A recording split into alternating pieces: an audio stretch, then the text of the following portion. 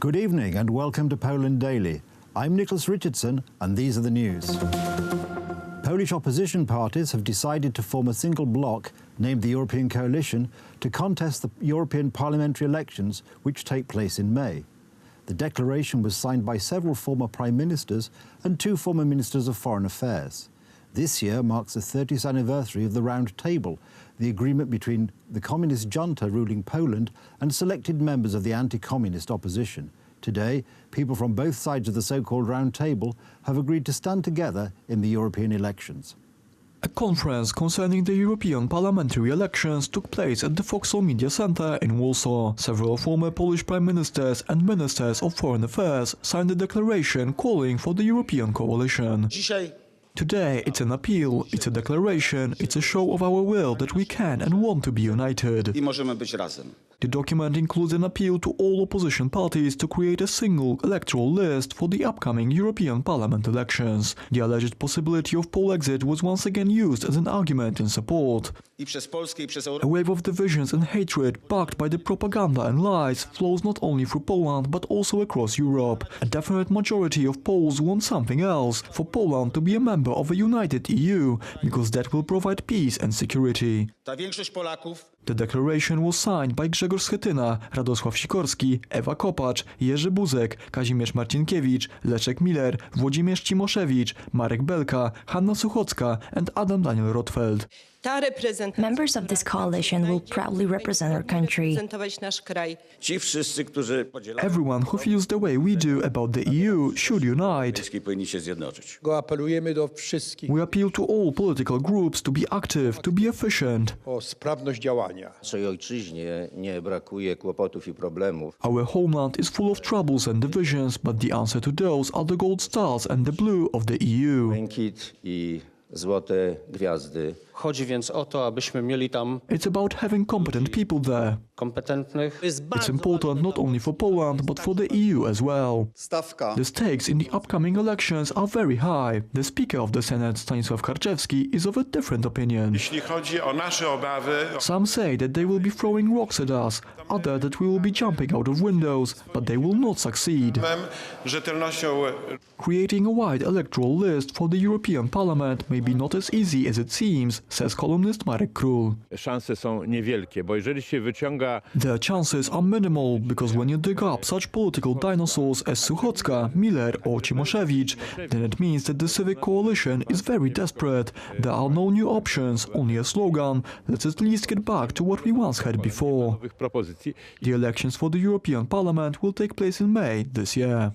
This has been an extraordinarily intensive week for the Central Anti-Corruption Bureau.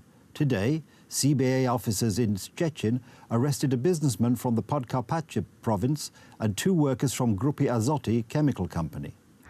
According to the Central Anti-Corruption Bureau, the businessman from Podkarpackie induced a worker of the Grupy Azoty company to conclude an unfavorable contract for the delivery of raw materials needed to produce fertilizers for the company. The United States Secretary of State, Mike Pompeo, announced today that the United States is suspending the Intermediate Range Nuclear Forces Treaty. The United States accuses Russia of breaching the provisions of the treaty, accusations which the Kremlin denies. Experts worry that the suspension of the treaty, a centerpiece of European security since the Cold War, could start a new arms race. Russia has jeopardized the United States' security interest, and we can no longer be restricted by the treaty while Russia shamelessly violates it. If Russia does not return to full and verifiable compliance with the treaty within this 6-month period, by verifiably destroying its INF-violating missiles, the United States stands ready to engage with Russia on arms control negotiations that advance U.S. and allied and partner security and are verifiable and enforceable. Must also include all the partners. They must all responsibly comply with their obligations. As we remain hopeful of a fundamental shift in Russia's posture, the United States will continue to do what is best for our people and those of our allies. The Polish Ministry of Foreign Affairs supports the decision of the United States. We support the United States' decision on suspension of the Intermediate Range Nuclear Forces Treaty. This decision is justified by the long-term breaking of the treaty by Russia. We expect Russia to return to a full and verified compatibility with the treaty.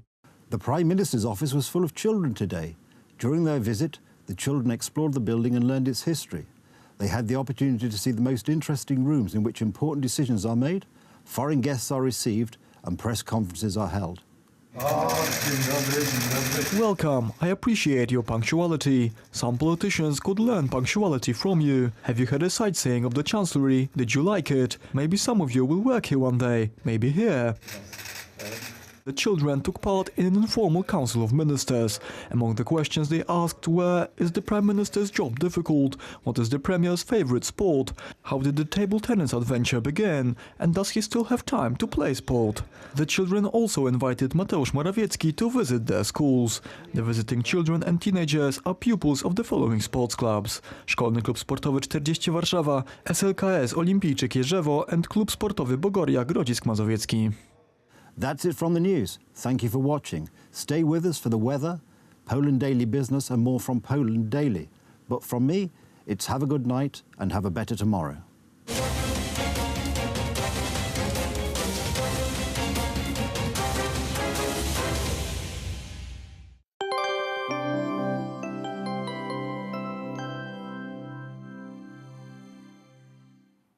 I'm Aleksandra Zarzycka and welcome to Poland Daily Weather. Let's take a look at the forecast for tonight. A snowy night across the country with temperatures ranging between -1 degree in Białystok to 3 degrees in Rzeszów, Wrocław and Kraków. In central Poland, temperatures is ranging from 1 to 2 degrees. Some rainfall is expected in the south. And now over to tomorrow. Some overcast weather along the Baltic coast, but otherwise a very sunny day. Some snowfall is expected in Białystok. The temperatures will range from 0 to 4 degrees in southwest. Let's see the forecast for the following 3 days. Sunday will be an overcast day in central north and eastern southwestern Poland. A maximum 4 degrees in Warsaw. Some mixed rain and snow is expected on Monday, while northwestern Poland will stay sunny. A maximum 4 degrees in the southeast and a minimum -1 degree in the southwest. And on Tuesday, pressure will grow up, alternating sunny and overcast weather across the country with a maximum 2 degrees in most regions. Snow will appear in the south. Thank you for watching and goodbye.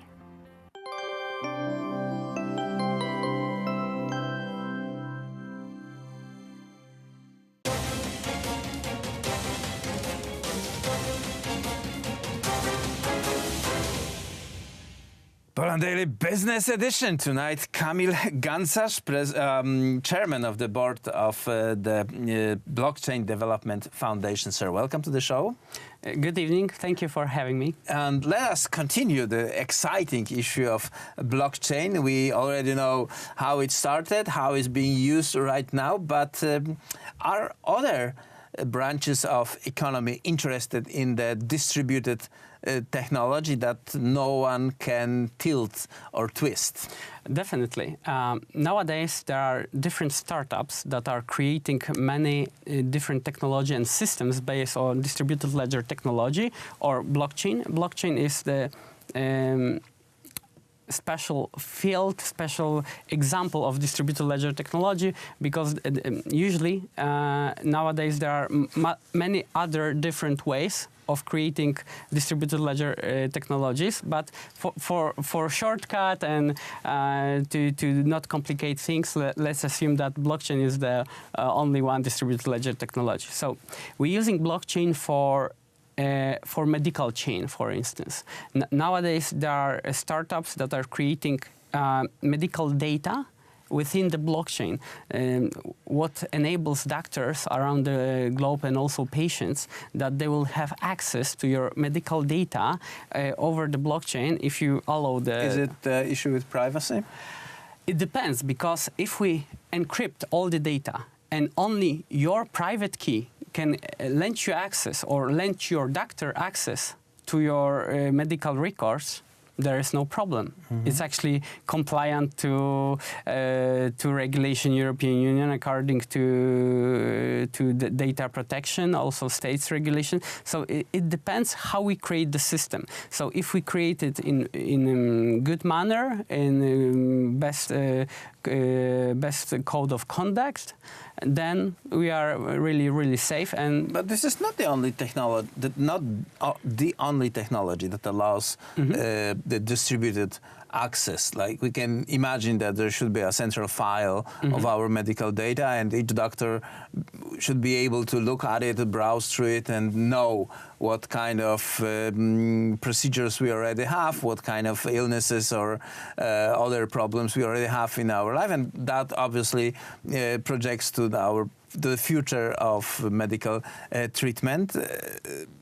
Why should we use blockchain for it? That's true, but there is a problem. Will you want to allow some central agency, worldwide agency, to have all your medical records?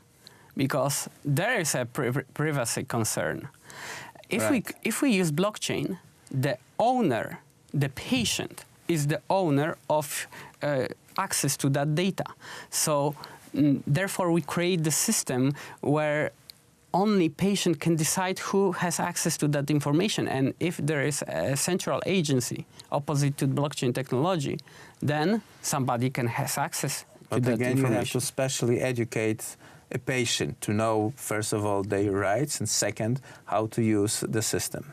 Yes, of course, but it depends how we will be introducing that technology to patients. If we create easy system, easy access token, easy access device to sign and pass access to our doctor, to our general practitioner, then it's no problem with that. So it depends how we introduce the technology. Of course, the technology is still being built, so we'll see more implementation, and also Blockchain Development Foundation is working on and it has some patent application also related with device which will be allowing to natural person uses of blockchain, and also allowing access to doctors, for instance. That's ongoing development still, and we are like 5-10 years before deployment of these systems. Yeah, we can assume that. Maybe 3. We will see. Okay, let us tell about the fields of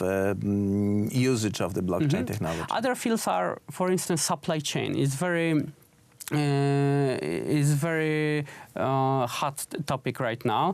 IBM and Hyperledger technology, which they created, the private blockchain that they created, is nowadays revolutionizing supply chain, and it's monitoring the state of cargo and goods transported. It's another quite a complicated thing if there's long chains starting in Asia and finishing up in the United States or Europe. But if you eat something from Asia, you would like to know if it was transported in proper condition. Right. So nowadays there are some startups in Switzerland that are creating special sensors that are Internet of Things using blockchain and synchronizing over the Bluetooth technology the state of each lot of cargo, what was the weather, or actually pressure condition, temperature,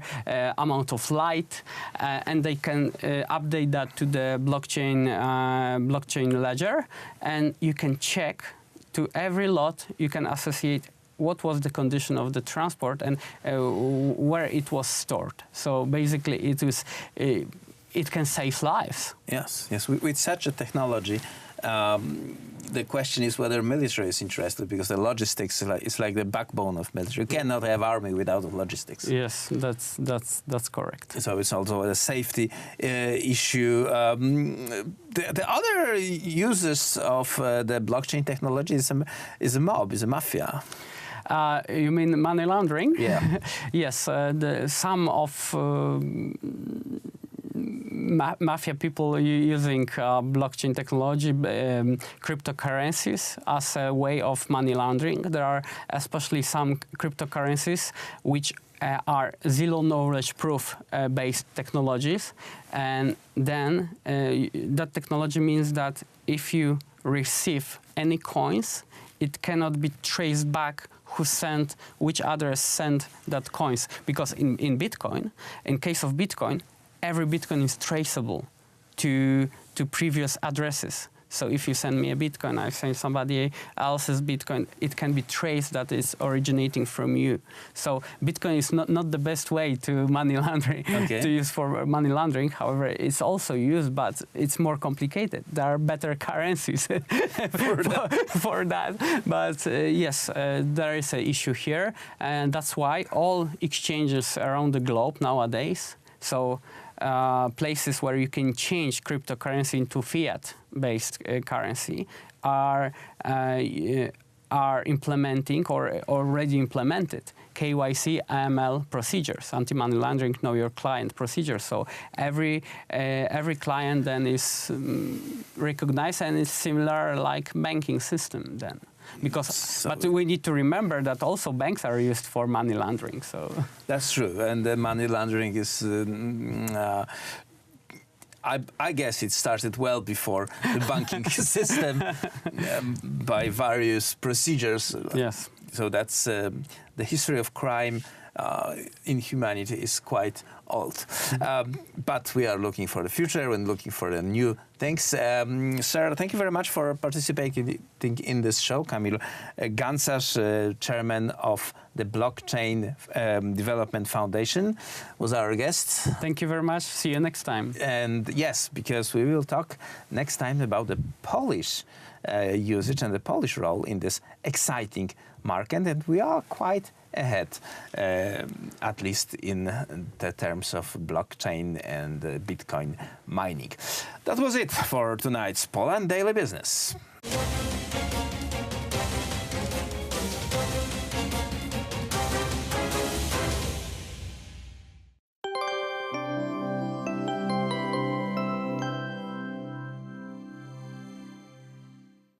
I'm Aleksandra Zarzycka and welcome back to Poland Daily Weather. Let's take a look at the forecast for tomorrow. Some overcast weather along the Baltic coast, but otherwise a very sunny day. Some snowfall is expected around Białystok. The temperatures will range from 0 to 4 degrees in the southwest. And now let's see tomorrow's forecast for the continent. The rain will dominate in Scandinavia with -1 degree in Oslo, 2 in Stockholm and -4 in Helsinki. Central Eastern Europe will also see a lot of rain, including in Zagreb, Bucharest and Sofia. There, the temperatures will range from 4 to 7 degrees. Sunny weather and 13 degrees in Lisbon. Athens will enjoy the highest temperatures with 17 degrees on the continent. Thank you for watching and goodbye.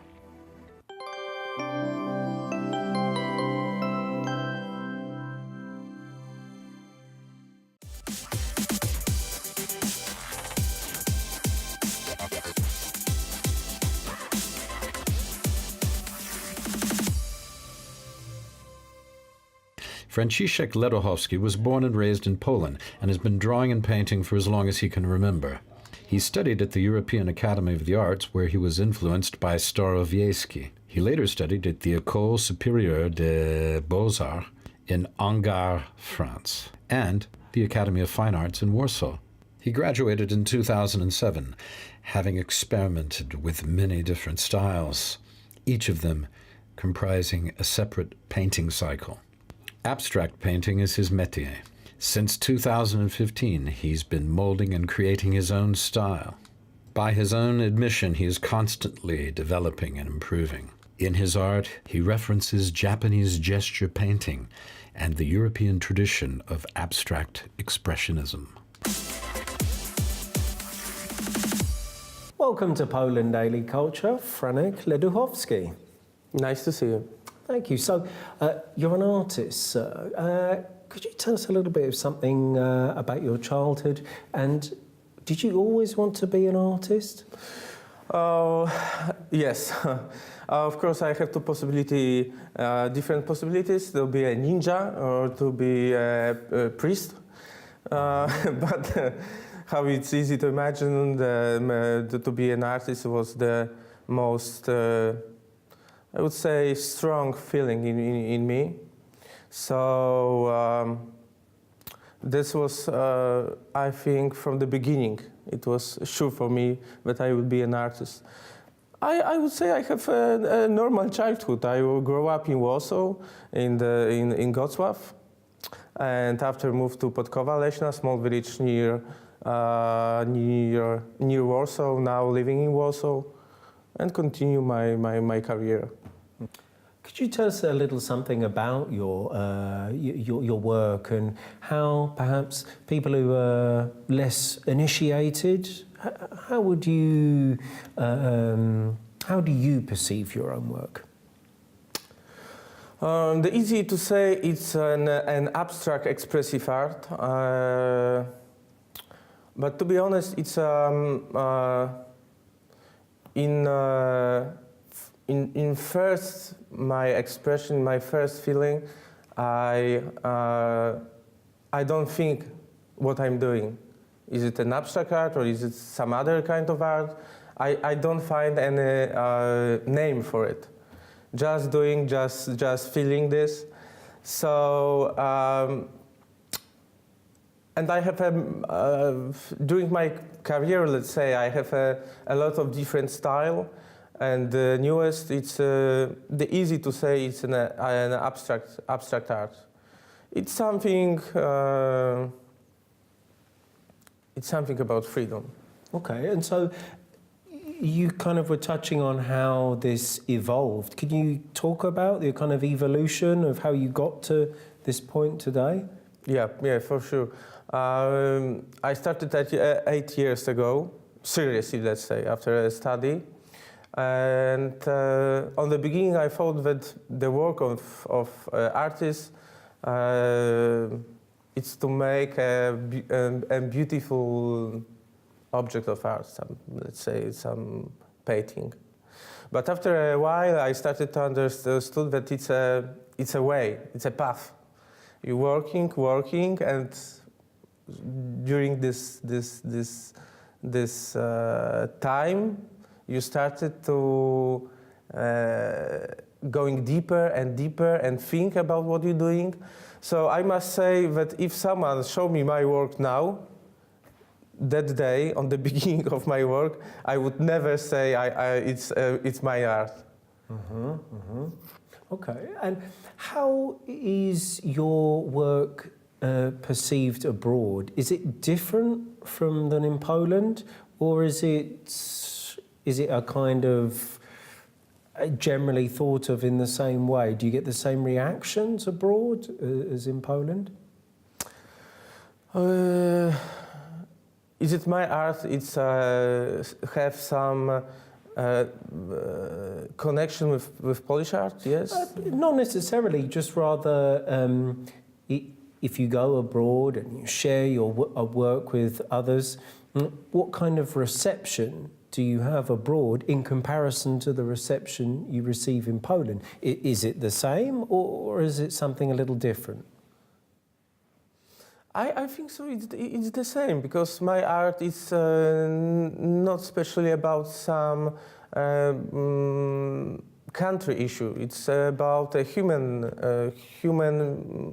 deeply maybe value, so feelings. So I think my art, it's the same, can be received the same all over the world.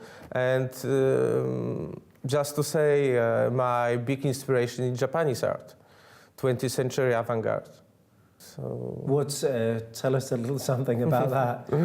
I am not 100% knowledgeable about Japanese avant-garde. I see. Why did that draw you in? That's interesting, because let's say the abstract art, especially expressive art, it's a big style over the years. So you can find many examples of such style, but this particular artist really inspired me when I saw him, and it's like with love. You see someone and you just deeply in love. Yes. Mm-hmm. So I have this feeling when I saw his painting that it's something incredible, that it's completely unique. So this guy, which I'm talking about, it's Kazuo Shiraga. And he was also the Zen priest, or monk, which is very close to me because I practice Zen and the Buddhist, kind of Buddhist. So sometimes I think, is it possible, you know, we have some other connection, like it's reincarnation or something. I don't really sure if the reincarnation exists, but if so, that's funny to think about this. Okay, so there was something specific about his work that you could relate to in that way. Just bringing it kind of back to Poland, and sort of speaking more broadly, is there something specific and unique about the Polish art scene that you could say differentiates it from others abroad?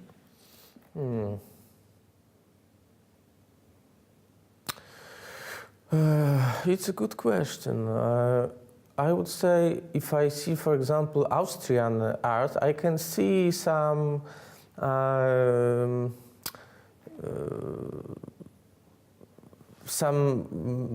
nature of this Austrian art, and probably it's the same with Polish art. For example, colors.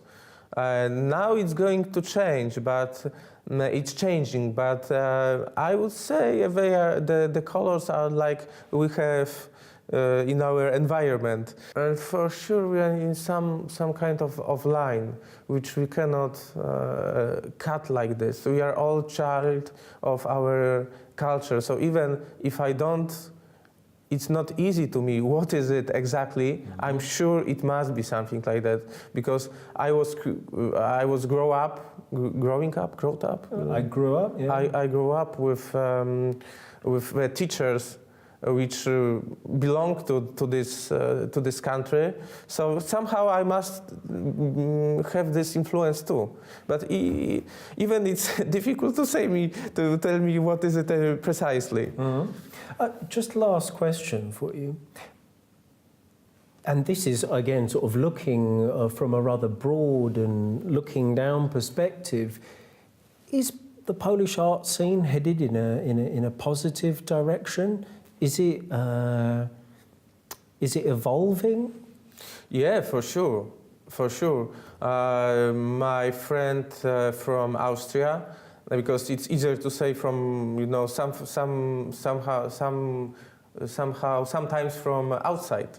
And he said it's the Polish art is quite famous in Europe, and Polish painters are known, well known in Europe. So I think it's a very strong. It's a lot of painters in Poland. So it's very strong to say. Strong scene. Yeah, that's it. Yeah. Excellent. Mr. Franek Ledachowski, thank you very much for joining us here at Poland Daily Culture. Thank you very much.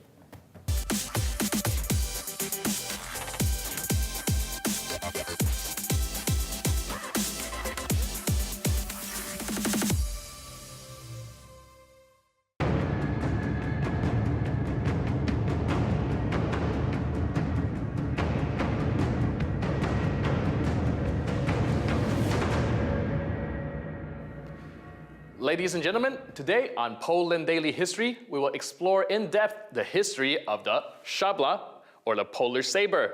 This is the weapon that is immortalized by the Polish wing hussars that spread fear throughout European history, and it was used to save Christianity in the famous Battle of Vienna. Today, we will talk to the expert, Marcin Bąk, an instructor of fencing and historical fencing. And later on in the program, he will teach us a few moves. As time progresses, older weapons used to get phased out. But as I know that the Polish state saber is still in use even throughout the 20th century during the Bolshevik Wars. And I was wondering what's its significance during the wars. Rzeczywiście broń biała była... The weapon was used in the 20th century by all armies, in fact, including the Polish one.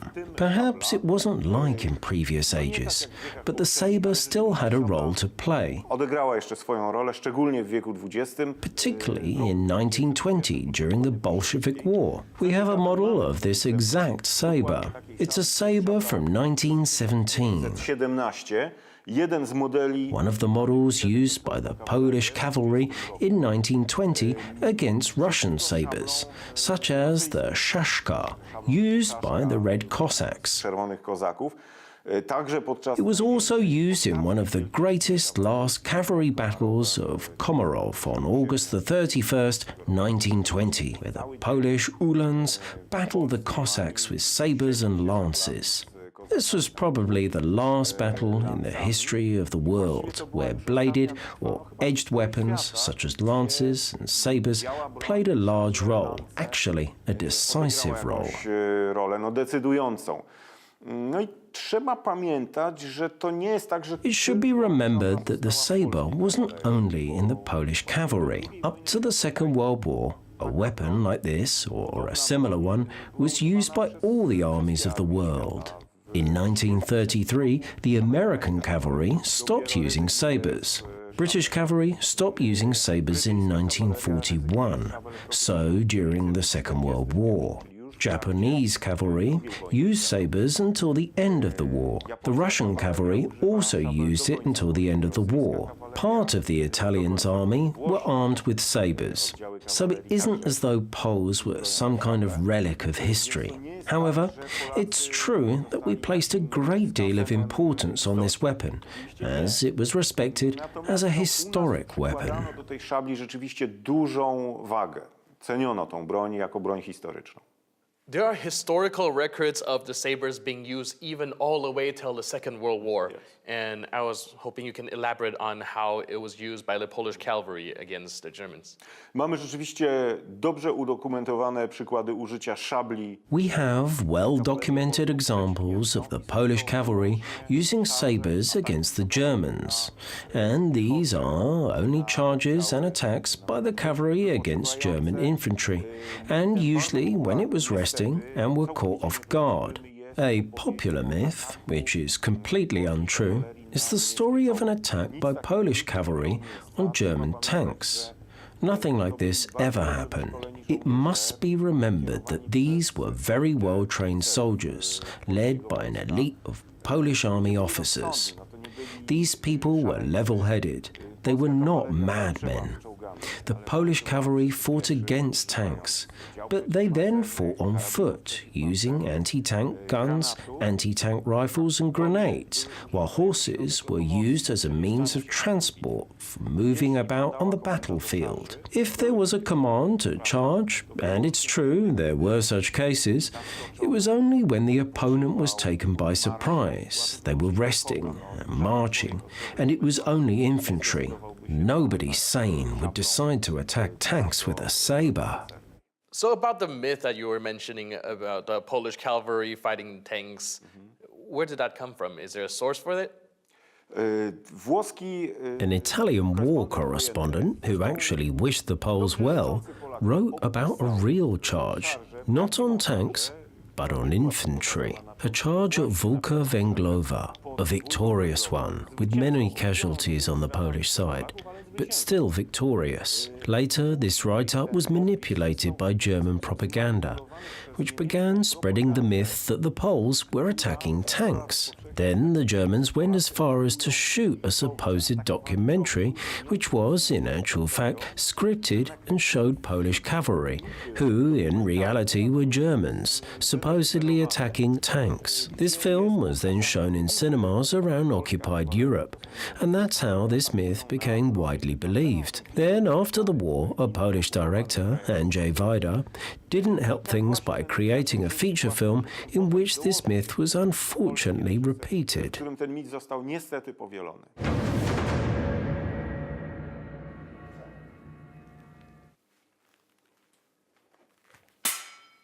Position.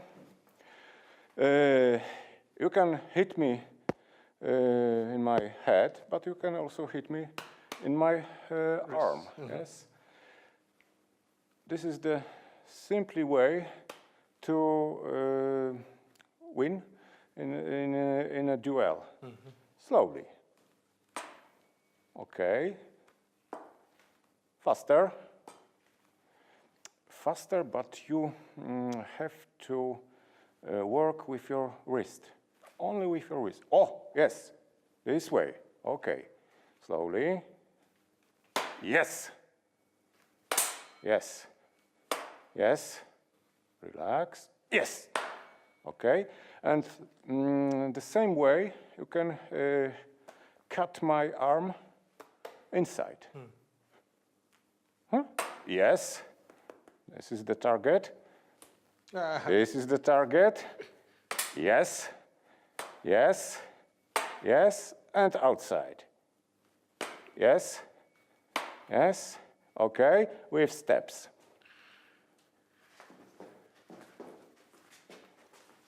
Now, this.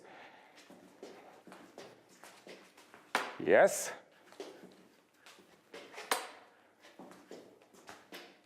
Yes. Yes. Oh, more faster. And you can hit me in my head when I lower my weapon to my rib, if you see the blade, or in my arm. Ready? Oh. Faster. Yes. To my head. Yes. Yeah. Once again. Yes. Yes. Now. Head. Now. Relax yourself. All right. And once again. Hit me. Yes. Yes. Faster, faster. Arm. Hand. Oh. Forearm. Yes. Yes. Yes. Ah. Now. Now. Once again. All right. This, yes.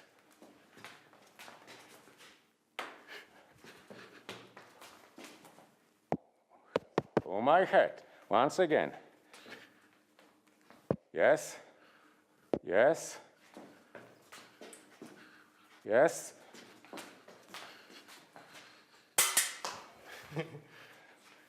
Once again. Yes. Yes. Very good. Okay. Relax.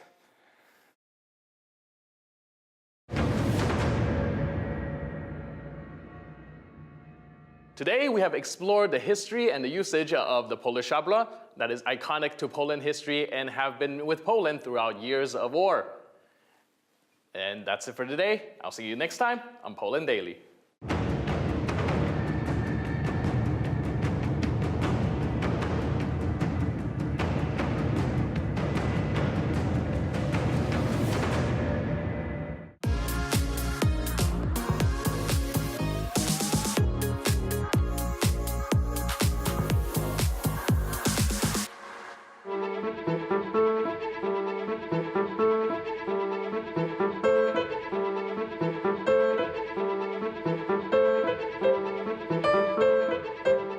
Hello, and welcome to Poland Daily Travel. In this and the next few shows, we're continuing to go behind the scenes in Warsaw. We'll be looking at stories of the reconstruction of the city after World War II. In 1945, Warsaw lay 85% destroyed. It had been known as the Paris of the East because of its Baroque beauty. Its once famous elegance can still be found by those who look beneath the surface, and that's just what we're going to do with our guide, Wojtek Młotkowski, from Warsaw Behind the Scenes. So stay with us as we explore the rebuilding of Warsaw. Stay tuned to Poland Daily Travel. And if you like what you see, catch us on YouTube.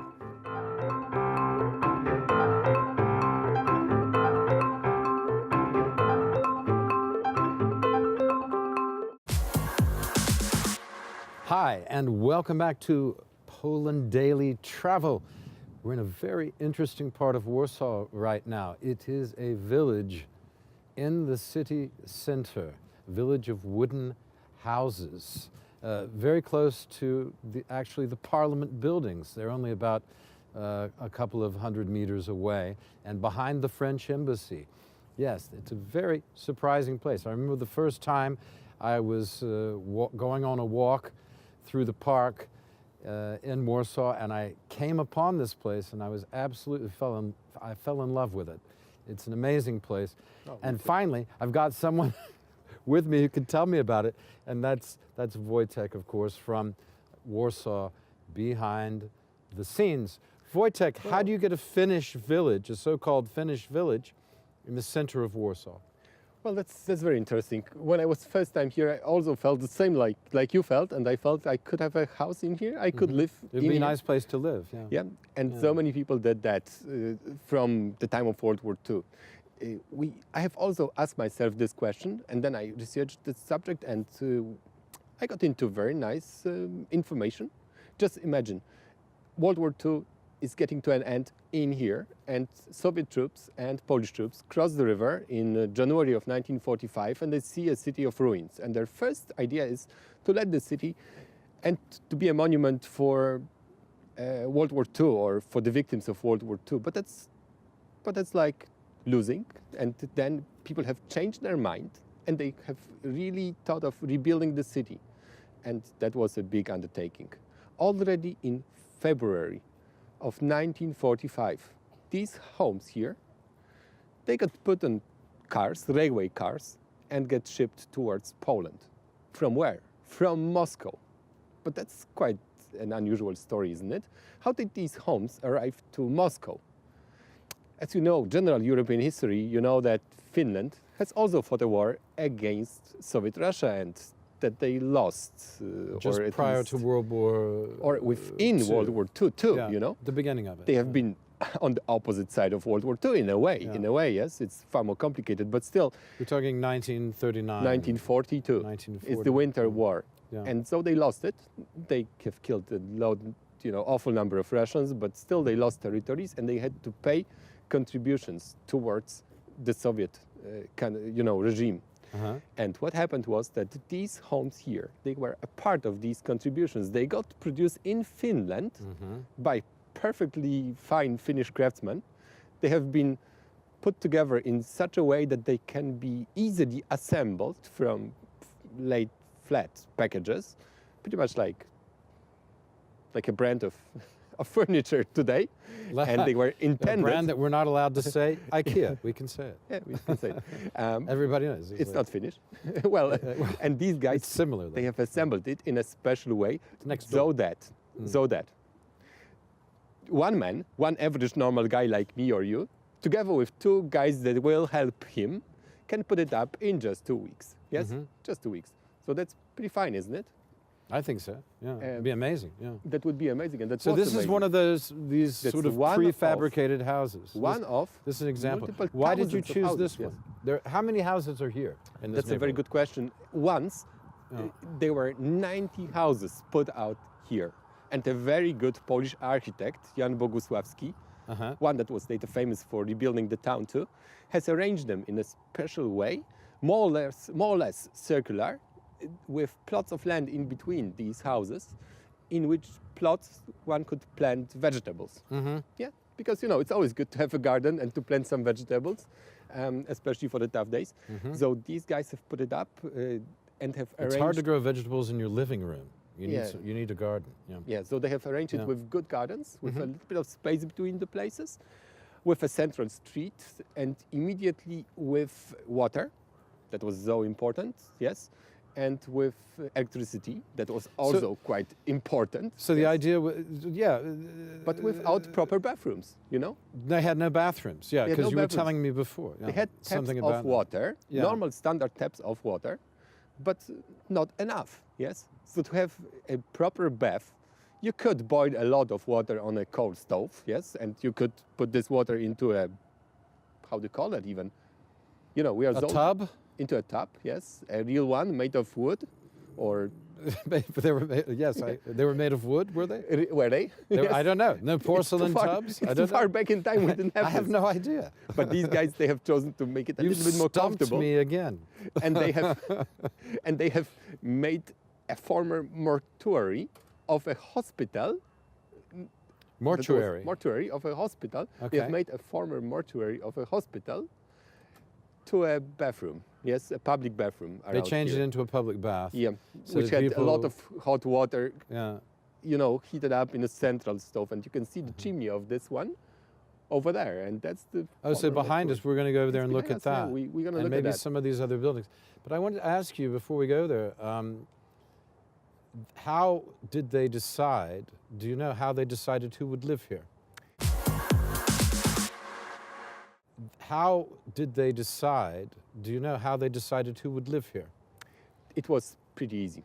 These houses were particularly established for the people who were in a central institution that was rebuilding Warsaw.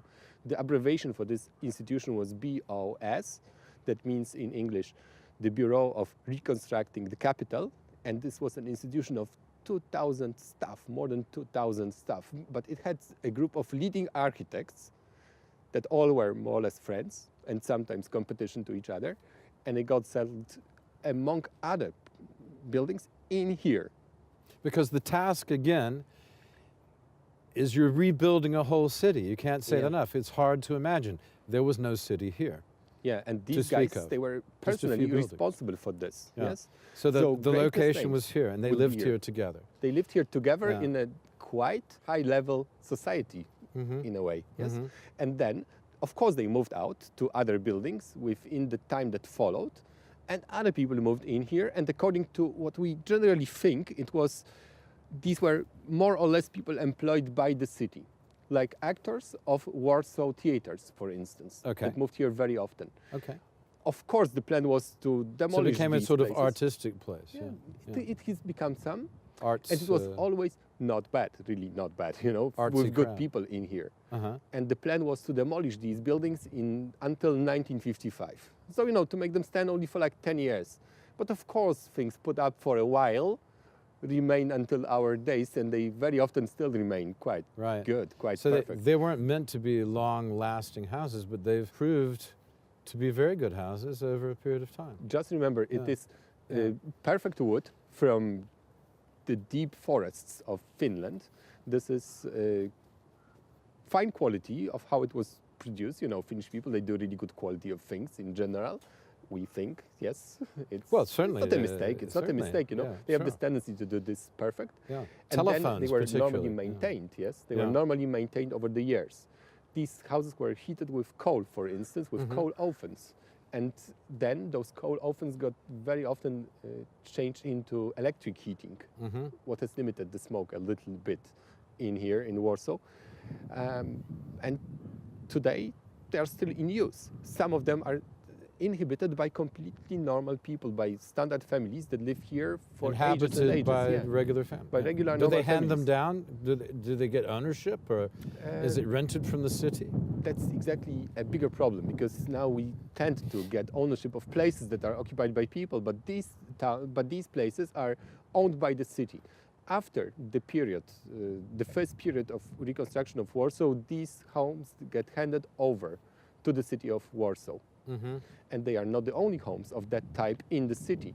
Very far away from here, on the opposite side of Warsaw, very much to the west, we have a whole district of wooden houses built in 1940s for the purpose of housing workers and engineers coming here from Soviet Russia.